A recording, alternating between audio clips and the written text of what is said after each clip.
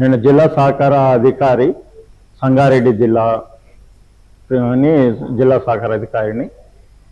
అయితే రాష్ట్ర ప్రభుత్వం వాళ్ళు రైతు భరోసాని అమలుపరచడం కోసం ప్రస్తుతం నడుస్తున్న రైతు బంధులో కావాల్సిన మార్పులు, చేర్పులు, రిఫార్మ్స్ ఏ విధంగా చేయాలి అనే నియమ నిబంధనలు పొందుపరిచేటందుకు ప్రతి రైతు యొక్క అభిప్రాయాన్ని సేకరించదలుచుకొని మా రాష్ట్ర సహకార డైరెక్టర్ గారి ఆదేశానుసారము మేము ప్రతి సహకార సంఘం, రాష్ట్రంలోనే ఉన్న ప్రతి సహకార సంఘంలో ఇట్లా ప్రత్యేక సర్వసభ్య సమావేశాలు పెట్టుకొని రైతుల యొక్క అభిప్రాయ సేకరణ చేయడం జరుగుతుంది.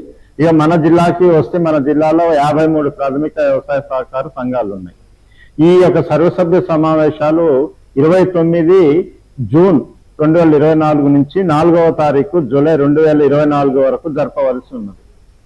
మన జిల్లా పరిస్థితిని బట్టి 53 సహకార సంఘాలు ఈ 6 రోజుల్లో కావాలి అంటే కనీసం రోజుకి 9 సహకార సంఘాలలో మీటింగ్ జరగాలి.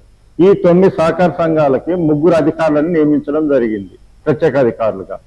ఒకటి జిల్లా సహకార అధికారి నేను, రెండవది జిల్లా వ్యవసాయ అధికారి, మూడవది మా యొక్క కోఆపరేటివ్ బ్యాంక్ OSD గారిని నియమించడం జరిగింది. రోజుకి ఒక్కొక్కలో 3 చొప్పున పర్ డే 9 మొత్తం 9 సహకార సంఘాలలో సభ్యుల నుంచి సేకరణ జరపడం జరిగింది. నిన్నటి వరకు సుమారు 1800 మంది సహకార సభ్యులు హాజరు కావడం జరిగింది వివిధ సహకార సంఘాలలో. 27 సహకార సంఘాలలో జరిగినాయి. దానికి 1800 మంది జాయిన్ కావడం జరిగింది సభ్యులు. దాంట్లో 570 మంది వరకు తమ అభిప్రాయాలు వెలిబుచ్చారు.